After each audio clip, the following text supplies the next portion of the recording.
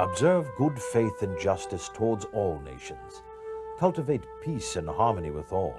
It will be worthy of a free, enlightened, and at no distant period, a great nation, to give mankind the magnanimous and too novel example of a people always guided by an exalted justice and benevolence.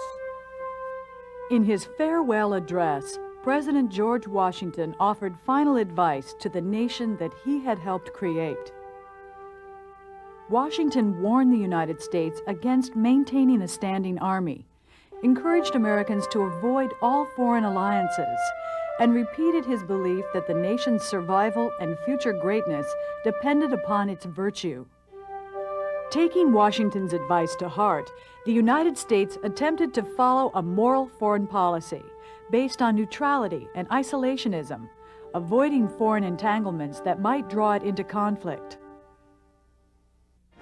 In the 50 years between the end of the Civil War and World War I, the United States' relationship with the rest of the world would undergo major changes as the nation completed its conquest of the West, created the world's most productive industrial economy, and acquired overseas possessions. Expanding out into the world raised many questions. Should the nation hold on to its traditional policy of isolation and keep the world at arm's length? Should it intervene in other nations' affairs to bring the benefits of democracy and the American way to nations in need? Or should it, like the great powers of Europe, acquire its own overseas empire and join the ranks of the great nations of the world?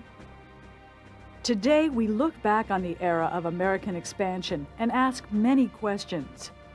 What motivated the United States to expand its influence into the Caribbean and Pacific? How did the nation treat the people with whom it came into contact?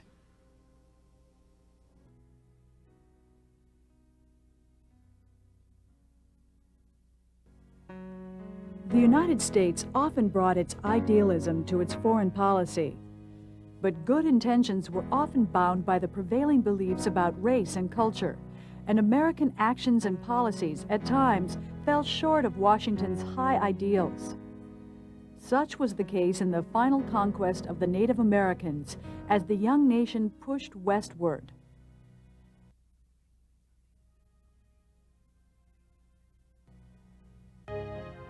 After the Union victory in the American Civil War, settlers began to pour into the West, lured by offers of cheap and fertile land. There was only one problem. The interior of the continent belonged to large and powerful Indian nations. While white settlers poured onto the prairie, planting crops and grazing cattle and sheep, the American military sought to contain and subdue the Indian nations. Concerned that a war of extermination was immoral, President Grant in the 1870s introduced a peace policy, herding Indians onto reservations, where through education and missionary work, they might be indoctrinated into the white way of life. By the early 1880s, conditions on the western reservations had become deplorable. As money meant for Indians was pocketed by corrupt administrators, people on the reservations died malnourished, homeless, and dispirited. The scandalous treatment of Native Americans was so bad that white reformers pushed through Congress their own solution to what had become known as the Indian problem.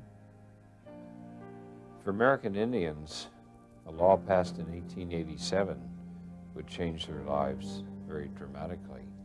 Congress passed a law that was called the Dawes Act, which tried to break up tribal land and allot land individually to Indian families.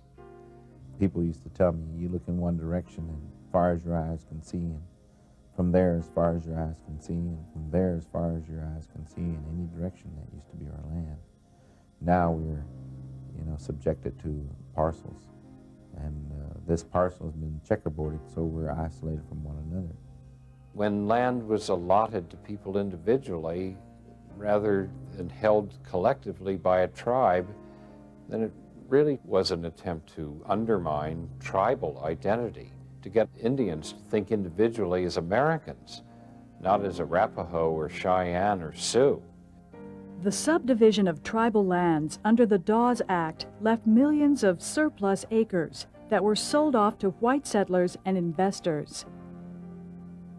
The money the government made from the land sales was supposed to finance Indian education. But what would be taught, and who would teach it? Education should see the disintegration of the tribes and not their segregation. They should be educated not as Indians, but as Americans. Thomas Morgan, Indian Affairs Commissioner.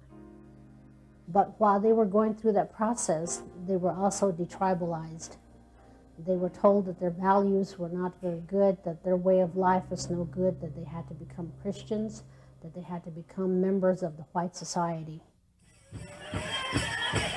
Only generations later would Americans rethink the morality of this final attempt to erase Indian cultural identity. The Plains Indians did not give up without one last effort at resistance. Out in the western mountains, the Paiute prophet Wovoka had a vision that dancing Indians would gain strength from their ancestors and set off natural disasters that would cleanse the West of the white intruders. The ghost dance movement spread across the West, alarming the American military.